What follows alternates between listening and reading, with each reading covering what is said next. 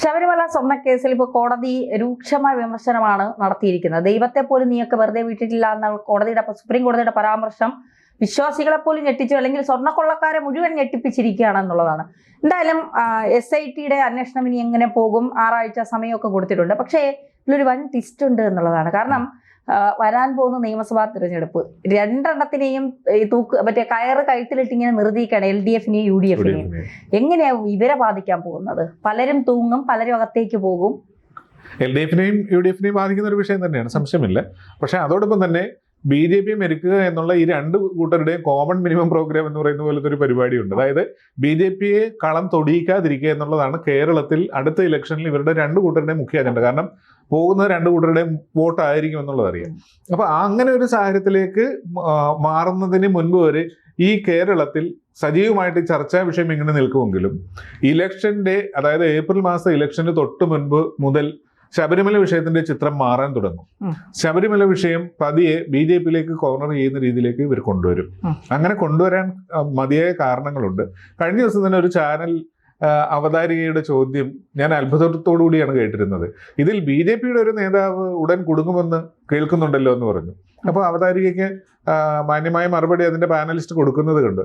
എന്താ സംഭവം എന്ന് വെച്ചിട്ടുണ്ടെങ്കിൽ ഇപ്പോഴത്തെ അന്തരീക്ഷത്തിൽ സുപ്രീം കോടതി വാക്കാൽ പറഞ്ഞു ദൈവത്തെ പോലും നിങ്ങൾ വെറുതെ വിടില്ലല്ലോ എന്ന് പറഞ്ഞു.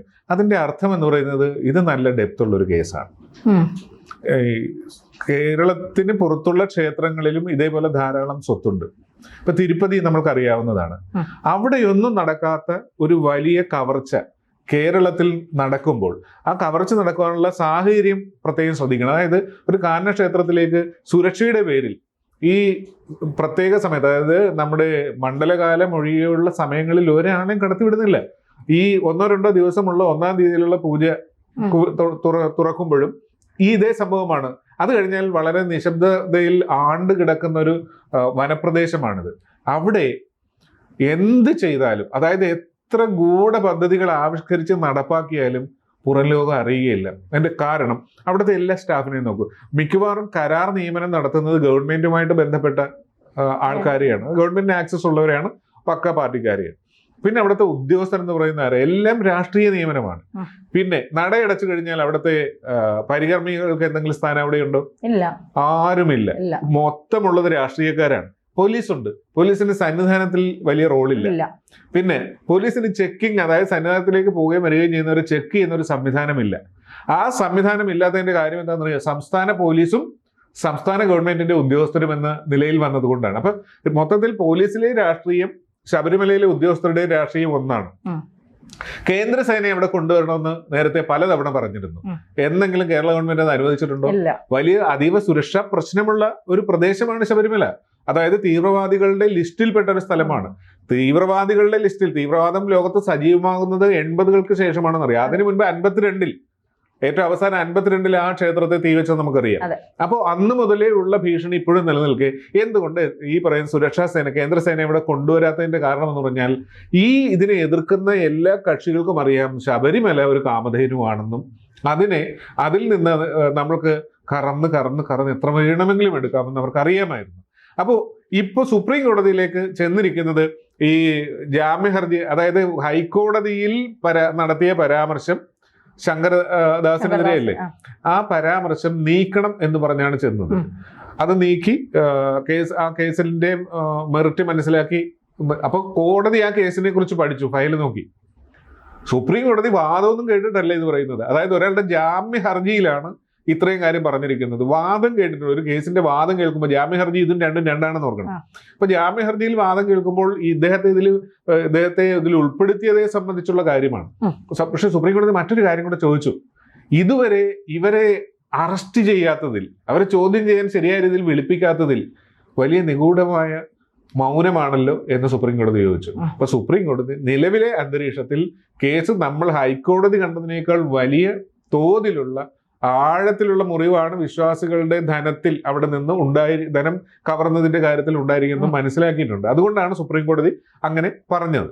അതെ, സുപ്രീം കോടതിയെ സംബന്ധിച്ച് ശരിയാണ്. ഇന്നത്തെ പത്രങ്ങളിലെല്ലാം കൃത്യമായിട്ട് അത് പറയുന്നുണ്ട്. സുപ്രീം കോടതി രൂക്ഷ വിമർശനവുമായി സുപ്രീം കോടതി, അതായത് തനിക്ക് നേരത്തെ പറഞ്ഞതുപോലെ തനിക്കെതിരെ നടത്തിയ പരാമർശങ്ങൾ നീക്കണമെന്ന ദേവസ്വം ബോർഡ് മുൻ അംഗം KP ശങ്കർദാസിന്റെ ആവശ്യം സുപ്രീം കോടതി തള്ളിക്കൊണ്ടാണ് സുപ്രീം കോടതി പറഞ്ഞത് മനുഷ്യരെ നീയൊക്കെ വെറുതെ വിടുന്നില്ല, എന്നാൽ ദൈവത്തിനെ പോലും നീയൊക്കെ വെറുതെ വിടുന്നില്ല എന്ന് കേൾക്കുമ്പോൾ കോടതി പോലും അതിശയത്തോടെയാണ് ചോദിക്കുന്നത്. ഒരു ദൈവത്തെ സംരക്ഷിക്കേണ്ടവർ തന്നെ മുടിക്കുക എന്ന് പറയുന്നത് ആലോചിച്ച് നോക്കൂ. എനിക്ക് തോന്നുന്നില്ല അയ്യപ്പൻ അവിടെ ഉണ്ടാവുമെന്ന്. അയ്യപ്പന്റെ ഫോട്ടോ കോപ്പി വല്ലതും ആയിരിക്കും അതിൻ്റെ അകത്ത് ഇരിക്കുന്നത്. കാരണം ഈ പറയുന്നത് പോലെ ഒരു പരികർമ്മിക്ക് അമ്പലം അടച്ചു കഴിഞ്ഞാൽ അവിടെ എന്താണ് ജോലി? ഒരു ജോലിയും ഇല്ല അവിടെ. ഈ തന്ത്രിക്കും മേൽശാന്തിക്കും ഒക്കെ മാസം തോറും നട തുറക്കുമ്പോൾ അവിടെ പൂജകൾ ചെയ്യണമായിരിക്കും.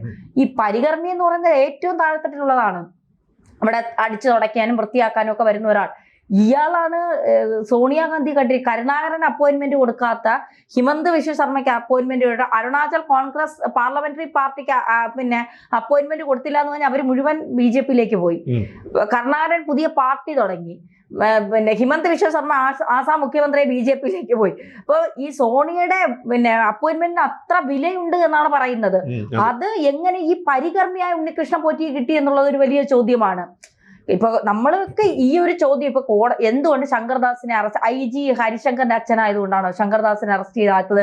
ഇതൊരു സാധാരണക്കാരനായിരുന്നെങ്കിൽ ഈ ശങ്കർദാസ് വല്ല ബാബുവിന്റെ അച്ഛനോ അല്ലെങ്കിൽ വല്ല തങ്കപ്പന്റെ കുട്ടപ്പന്റെ അച്ഛനായിരുന്നെങ്കിൽ ഇയാൾ പഴിയെണ്ണില്ലായിരുന്നോ?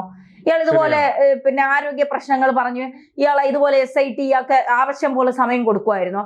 വേറെ ഏതെങ്കിലും രാഷ്ട്രീയ പാർട്ടിയിലുള്ള നേതാവായിരുന്നോ? അല്ലെങ്കിൽ രാഷ്ട്രീയ പാർട്ടിയിലുള്ള ഒരാളുടെ ഇപ്പൊ IG എന്ന് പറഞ്ഞാൽ അയാൾ സംസ്ഥാന സർക്കാരിനോടൊപ്പം നിൽക്കുന്ന ഒരാളല്ലായിരുന്നു. മറ്റേതെങ്കിലും രാഷ്ട്രീയ പാർട്ടിയുമായി സഹകരിച്ച് നിൽക്കുന്ന ഒരാളായിരുന്നെങ്കിൽ ശങ്കർദാസ് എന്ന് വീട്ടില് സുഖമായിട്ട് സുഭിക്ഷമായി ഉണ്ടെന്ന് ഇരിക്കുവോ? ഇല്ല. പത്മകുമാർ പറഞ്ഞ എന്താണ്, എന്റെ രണ്ട് ഭാഗത്ത് ഇരുന്നവരാണ് വിജയകുമാറും ശങ്കർദാസും. ഇവര് പറഞ്ഞു ഞാൻ എന്തെങ്കിലും ചെയ്തിട്ടുണ്ടെങ്കിൽ അതിൽ പങ്കാളിത്തം ഇവർക്കുമുണ്ട് എന്ന്. ഇത്രയും വ്യക്തമായിട്ട് കടകംപള്ളിയുടെ പേര് പറയാതെ പറഞ്ഞു പപ്പൻ, തന്ത്രിയുടെ പേരും പറയാതെ പറഞ്ഞു പപ്പൻ. എന്നിട്ട് ഈ തന്ത്രിയെ മകരവിളക്ക് കഴിയട്ടെ അതിനുശേഷം തന്ത്രിയെ വീണ്ടും ചോദ്യം ചെയ്യാൻ വിളിപ്പിക്കുമെന്ന് പറയുന്നു. ഇപ്പൊ തന്ത്രിയെ പൂട്ടാനും അല്ലെങ്കിൽ ഈ കടകംപള്ളിയെ പൂട്ടാനും ഇതിന്റെ ഒക്കെ വ്യക്തമായ തെളിവ് SIT-യുടെ കയ്യിലുണ്ട്. പക്ഷെ ഇവർക്ക് തൊടാൻ കഴിയില്ല എന്നുള്ളതാണ് യാഥാർത്ഥ്യം. ഇവർക്ക് കണ്ടോണ്ട് ഇങ്ങനെ ശരി അറസ്റ്റ് ചെയ്യാൻ പോകുമ്പോ അവിടെ ഇരിക്കുന്നത് ആഭ്യന്തരമന്ത്രിയാണ്.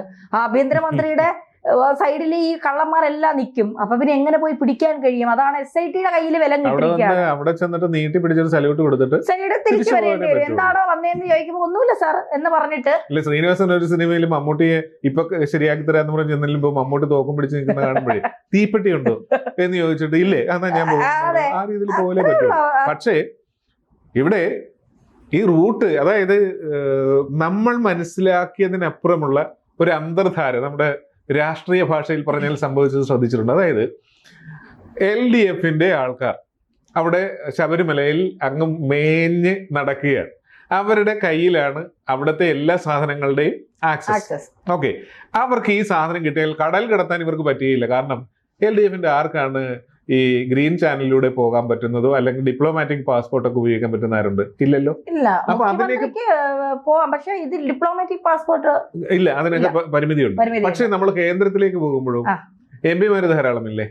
കോൺഗ്രസിന് MP-മാരുണ്ട്. അപ്പോൾ ഇത് കോൺഗ്രസ് വഴിയേ ഇതിനെ പുറത്തേക്ക് കടത്താൻ പറ്റുകയുള്ളൂ. ഇതിനെ നമ്മൾക്ക് ഉദ്ദേശിക്കുന്ന സ്ഥലത്ത് യൂറോപ്യൻ രാജ്യങ്ങളിലേക്ക് എത്തിക്കണമെങ്കിൽ ഈ പറയുന്ന സാധനത്തിന്റെ ആക്സസ് ഉള്ളവർ ഈ സാധനം എവിടെ എത്തിക്കണം? ഡൽഹിയിൽ എത്തിക്കണം. അപ്പൊ പോറ്റിയെ കേരളത്തിലുള്ള ആൾക്കാർ കണ്ടപ്പോൾ ഇവിടത്തെ ഡീല് പോറ്റി മുഖാന്തരം ഓക്കെ ആയി. ഇനി പോറ്റി കേന്ദ്രത്തിലേക്ക് പോകുമ്പോൾ ഡീൽ അവിടെ വരെ എത്തിയെന്ന് നമുക്ക് മനസ്സിലായി. അവിടെ എത്തിക്കഴിഞ്ഞാല് ഈ സംസ്ഥാനത്തുള്ള ഇതിന്റെ പിന്നിൽ കവർച്ചക്കാരായിട്ട് നിൽക്കുന്ന പ്രതികളുണ്ടല്ലോ, നമ്മളിപ്പോ പല പേരുകളും പറഞ്ഞല്ലോ, ആ പ്രതികളിൽ പെട്ട ആൾക്കാർക്ക് ഇത് പണമാക്കി മാറ്റണമെങ്കിൽ ഡൽഹി വഴിയേ ഈ സംഭവം നടക്കുകയുള്ളൂ. ഡൽഹിയിലേക്ക് ഇത് ചെന്ന് കഴിഞ്ഞാൽ ഡൽഹിയിൽ ഇത് വെറും ആന്റിക്കാണ്. നമ്മൾക്കിപ്പോ നമ്മുടെ നെടുമ്പാശ്ശേരിയിലാണെങ്കിൽ ഇത് ശാസ്താവിന്റെ അല്ലേ, ഇത് അതല്ലേ, ഇത് അവിടെ ഇരിക്കുന്നതല്ലേ, കണ്ട ആൾക്കാരുണ്ട് പലരും.